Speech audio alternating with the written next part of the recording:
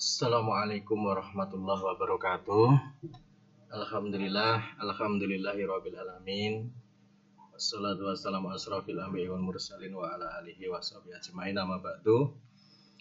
Pertama-tama, marilah senantiasa kita memanjatkan rasa puji syukur kita kehadirat Allah Subhanahu wa taala yang pada kesempatan pagi hari ini, meskipun kita masih dalam keadaan seperti ini, dalam keadaan pandemi seperti ini, tapi alhamdulillah kita masih diberi kesempatan oleh Allah untuk hidup.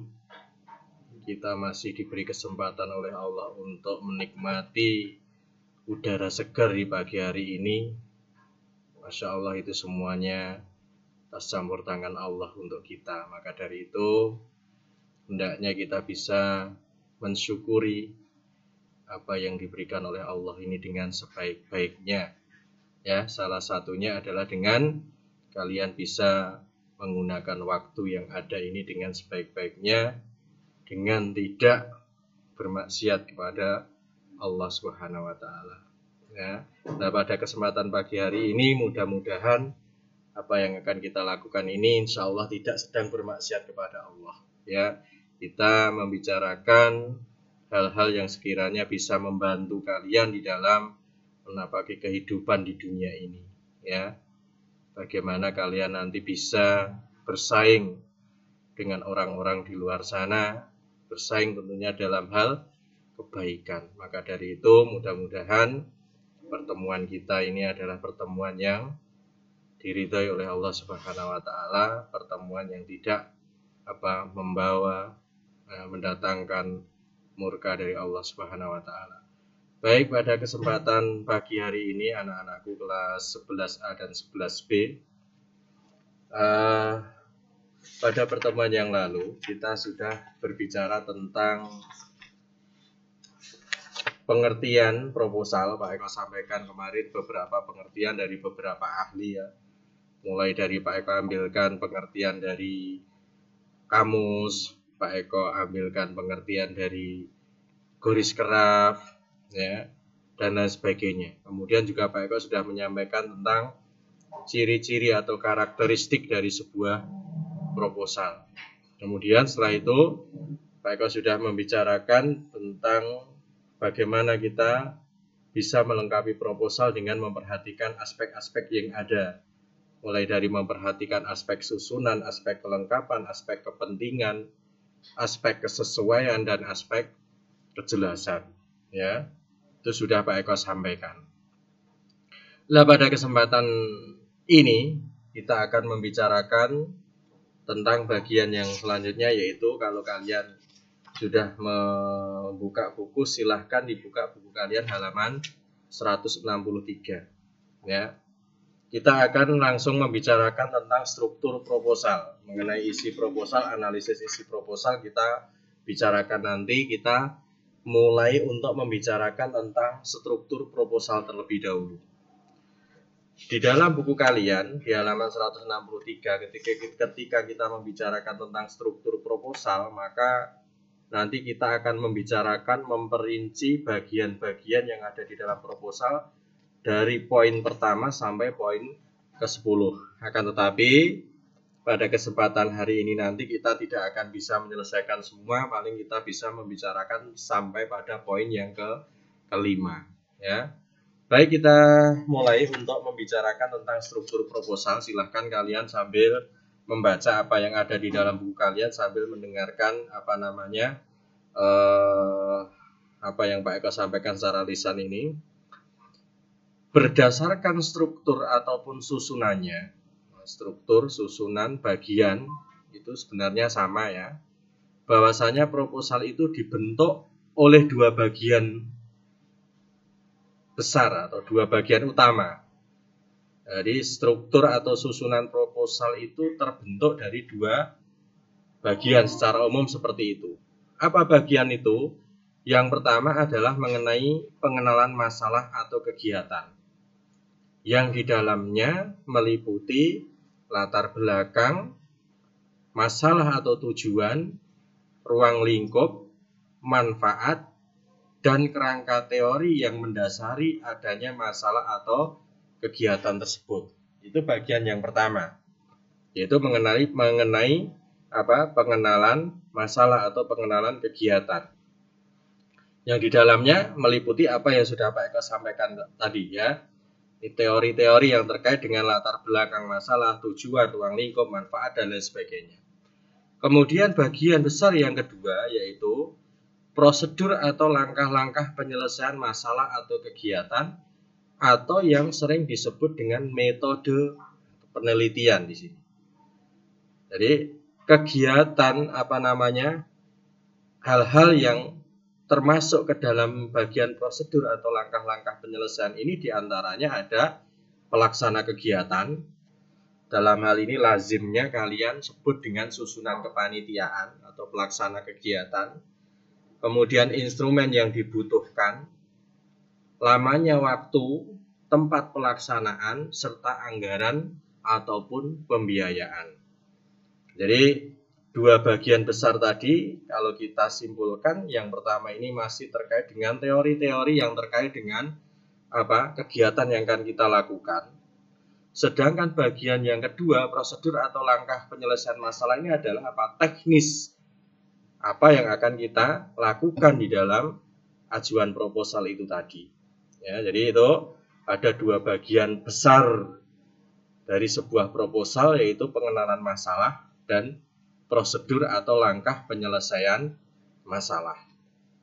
Kemudian kalau kita rinci satu persatu, jadi bagian-bagian penting yang bisa kita jumpai di dalam sebuah proposal, yang mana 1 sampai 10 ini sudah merupakan rincian dari bagian yang pertama dan bagian yang kedua. Bagian dari pengenalan masalah dan bagian dari prosedur penyelesaian masalah ini kita rinci di sini.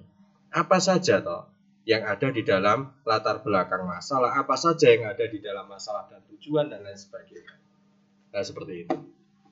Nah, berikut rinciannya. Yang pertama, latar belakang atau sering kita sebut sebagai latar belakang masalah. Ini biasanya kalau kalian membuat proposal itu ya kalian awali dengan judul pendahuluan, kemudian latar belakang masalah.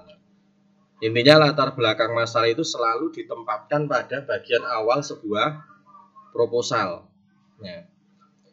Dalam bagian ini dikemukakan tentang kejadian, keadaan, atau hal yang melatar belakangi pentingnya dilaksanakan suatu kegiatan atau penelitian. Apabila kegiatan yang diusulkan itu berupa kegiatan kesehatan penduduk desa misalnya, yang kita kemukakan dalam latar belakang masalah adalah tentang berjangkitnya penyakit menular dan sebagainya. Ya. Jadi di dalam latar belakang ini secara umum isinya ya seperti yang ada di dalam buku kalian itu.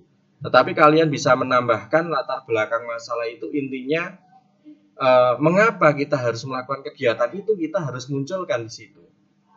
Misalkan kalian sebagai anggota OSWA akan mengadakan lomba pidato bahasa Arab. Apa sih pentingnya pidato bahasa Arab? Apakah pentingnya lomba itu untuk dilaksanakan? Ya, itu harus kalian munculkan di dalam latar belakang masalah. Yang lebih lengkap lagi seandainya kalian mampu untuk mengungkapkan adanya kesenjangan antara harapan dan kenyataan. Harapan dan kenyataan, kesenjangan antara harapan dan kenyataan itu bisa kalian tulis di dalam latar belakang masalah. Misalnya bagaimana? Tadi misalkan kalian sebagai pengurus OSWA atau anggota OSWA ingin mengadakan suatu perlombaan, kemudian kalian berdiskusi dengan sesama anggota yang lain. Kira-kira lomba apa yang cocok untuk dilaksanakan di madrasah yang kalian cintai ini? Kalian kemudian saling memberikan pendapat.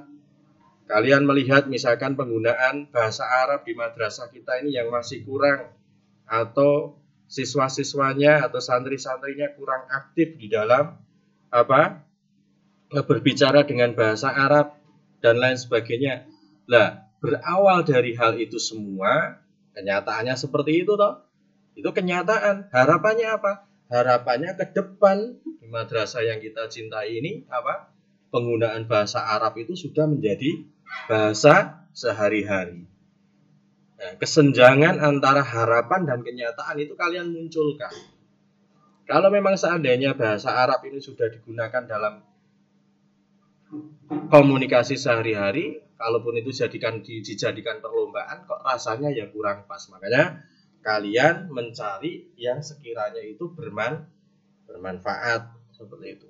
Intinya di dalam latar belakang masalah, kalian di situ harus menuliskan tentang mengapa kalian alasan-alasan mengapa kalian mengangkat suatu permasalahan tertentu.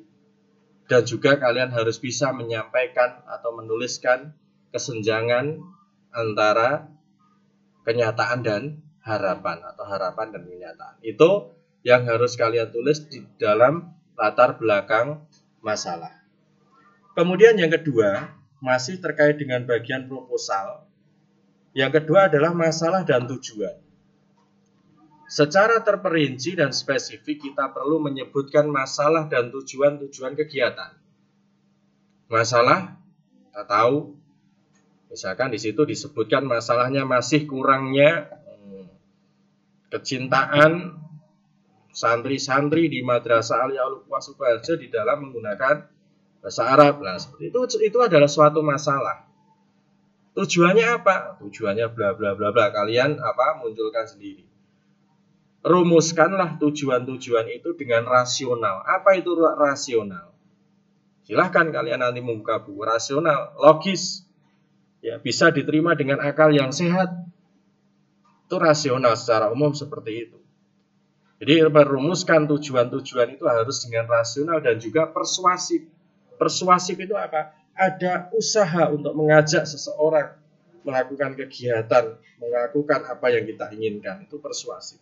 Sehingga pembaca tertarik pada tujuan-tujuan tersebut, seperti yang tampak pada contoh-contoh yang proposal-proposal yang ada di dalam buku kalian itu mengungkapkan tujuan sudah secara persuasif. Kemudian ruang lingkup kegiatan yang diusulkan harus dijelaskan batas-batasannya. Membatasi ruang lingkup persoalan kegiatan sekurang-kurangnya memberikan dua manfaat. Apa itu? Dapat lebih terlihat oleh pengusul duduk persoalan dari kegiatan yang akan dilakukannya. Bagi penerima usul, suatu deskripsi yang konkret dan jelas akan lebih mudah pula dilihat kebaikan maupun kelemahannya. Baik pengusul maupun penerima usul masing-masing akan menguji masalah itu dari ruang lingkup dengan bahan literatur yang ada. Jadi intinya ketika kita akan mengusulkan suatu kegiatan di dalam sebuah proposal, maka harus jelas ruang lingkup kegiatannya. Batasan-batasan kegiatan itu harus kita munculkan di situ. Nah, tadi di situ sudah disampaikan ada dua manfaat manakala kita bisa membatasi ruang lingkup kegiatan. Baik itu dari kita sebagai pengusul kegiatan maupun dari mereka-mereka yang menerima usul kegiatan. Itu ruang lingkup kegiatan. Kemudian yang keempat ada manfaat. Akan lebih meyakinkan lagi apabila dikemukakan juga manfaat yang akan diperoleh dari pelaksanaan usulan itu. Hal ini bukan sesuatu yang berlebihan, melainkan untuk meyakinkan penerima usul bahwa dukungan atau biaya yang akan dikeluarkan akan memiliki dampak positif di dalam penyelesaian suatu masalah. Tadi sudah disebutkan tujuan, kemudian di sini ada manfaat. Coba kalian nanti mencoba mencari literatur atau sumber-sumber yang bisa kalian jadikan sebagai pedoman di dalam mencari ini perbedaan antara tujuan dan manfaat. Nah, ini adalah sesuatu yang sepele, akan tetapi seringkali kalian terkecoh antara tujuan dan manfaat yang ada di dalam sebuah proposal. Itu ya, jadi itu sampai saat ini kita sudah bisa membicarakan bagian-bagian proposal dari nomor 1 sampai nomor 4. Pak Eko cukupkan dulu 1 sampai 4. Kemudian pada pertemuan yang selanjutnya kita akan melanjutkan pada bagian yang kelima sampai bagian yang ke-10. Sekian yang bisa Pak Eko sampaikan. Mudah-mudahan apa yang Pak Eko sampaikan tadi bisa bermanfaat untuk kalian. Ini adalah ilmu terapan. Manakala kalian nanti kuliah atau manakala kalian nanti bersaing dengan orang-orang di luar sana, berkompetisi dengan orang-orang di luar sana, pasti kalian membutuhkan ilmu tentang proposal ini. Sekian yang bisa Pak Eko sampaikan. Kurang lebihnya Pak Eko mohon maaf. Bila ada kualitas, Assalamualaikum warahmatullahi wabarakatuh.